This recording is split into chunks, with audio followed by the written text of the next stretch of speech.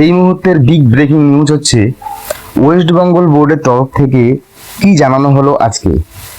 আমরা দেখতে পেয়েছি 24 August West Bengal 2022 TET pass ক্যান্ডিডেটদের একটি 1.5 লক্ষ যে টেট পাস করেছিল সেই ক্যান্ডিডেটদের লিস্ট লিক হয়ে গিয়েছিল। তো সেই তথ্য জানার জন্য আজকে কিছু টেট পাস ক্যান্ডিডেট আজকে পর্ষদে গিয়েছিল এবং পর্ষদ কি করলো, একটি জরুরি জনসাধারণ বিজ্ঞপ্তির মাধ্যমে প্রকাশ করে দিল যে তারা যেটা জানালো ক্যান্ডিডেটদেরকে যে বোর্ড জানতে পারে যে 24 আগস্ট 2025 তারিখে অভিনন্দন ই-সার্ভিস.com নামের একটি বহিরাগত অনুমোদনহীন ব্যক্তিগত ই-সার্ভিস প্রদানকারী একটি ইমেল মারফত টেট 2022 পরীক্ষায় উত্তীর্ণ প্রার্থীদের নামের একটি তালিকা এবং কিছু সম্পর্কিত তথ্য প্রকাশ করেছে।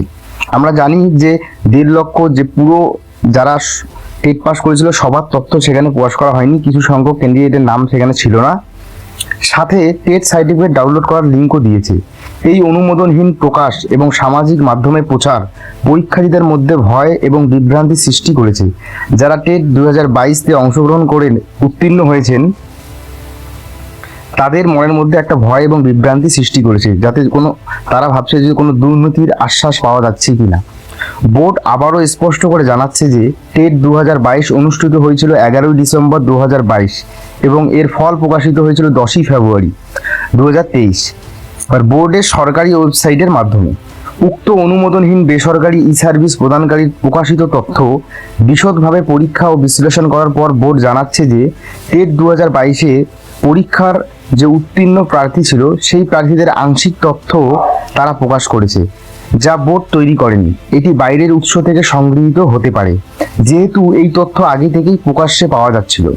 বোর্ড স্পষ্ট বুঝতে পেরেছে যে এটি একটি পরিকল্পিত ষড়যন্ত্র, যাতে সরকার এবং বোর্ডের ভাবমূর্তি নষ্ট করা যায়। বোর্ড সমস্ত সংশ্লিষ্ট প্রার্থীকে আশ্বস্ত করছে যে টেট 2022-এর তথ্য বোর্ড থেকে ফাঁস হয়নি। পরীক্ষার সমস্ত ডাটাবেস এবং প্রার্থীদের ওএমআর শিট বোর্ডের সুরক্ষিত হেফাজতে রয়েছে। বোর্ড আরও জানিয়েছে যে যারা বা যে সংস্থা এই ষড়যন্ত্রে যুক্ত তাদের বিরুদ্ধে বোর্ড আইনগত পদক্ষেপ নেবে। তো এই ছিল আজকের গুরুত্বপূর্ণ একটি বিজ্ঞপ্তি। ওয়েস্ট বেঙ্গল প্রাইমারি বোর্ডের তরফ থেকে এই বিজ্ঞপ্তিটি জারি করা হয়েছে। তো আমি ভাবলাম যে এটা তোমাদের জানা উচিত, এখনও হয়তো প্রত্যেকে জানো না, তো তোমরা অবশ্যই নোটিশটি দেখে নাও।